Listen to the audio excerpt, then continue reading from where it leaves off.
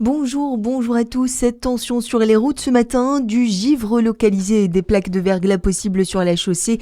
Adaptez votre vitesse et respectez les limitations de vitesse. D'ailleurs, le plan grand froid a été activé partout où vous nous écoutez pour éviter que des personnes ne dorment dehors.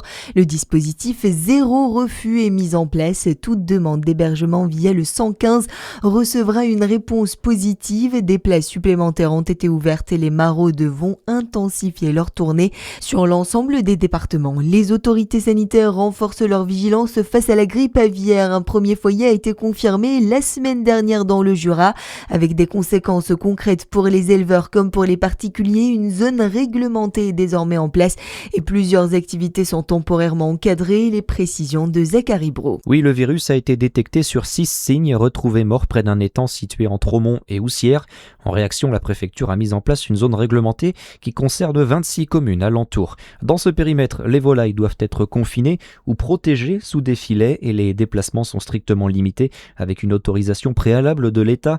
La vente directe de volailles à la ferme est suspendue, tout comme la chasse au gibier d'eau et au gibier à plumes à proximité des plans d'eau. Des contrôles seront menés dans les prochains jours. Ces mesures pourraient être levées au bout de 3 semaines en l'absence de nouveaux cas. Un virus particulièrement contagieux pour les oiseaux qui circule actuellement en Europe via les oiseaux migrateurs. La réglementation est la même que pour la dermatose nodulaire. Si un animal est contaminé par le virus, tout le cheptel est abattu.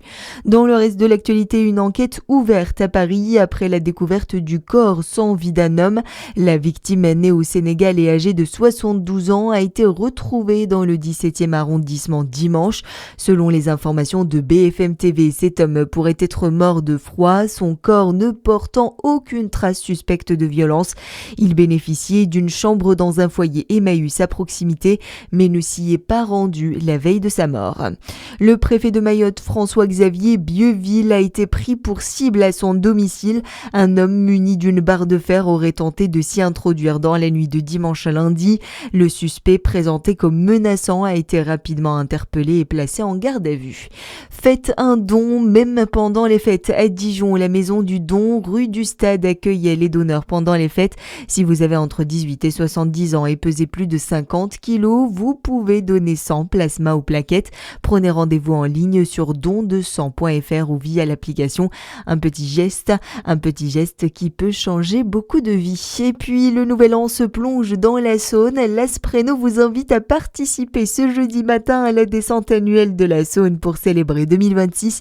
Rendez-vous au ponton du Cercle d'Aviron à 10h30, mise à l'eau à 11h pour 1 km de nage jusqu'au Port-Villiers, malgré un froid annoncé à -4 degrés. À suivre votre météo sur Fréquence Plus.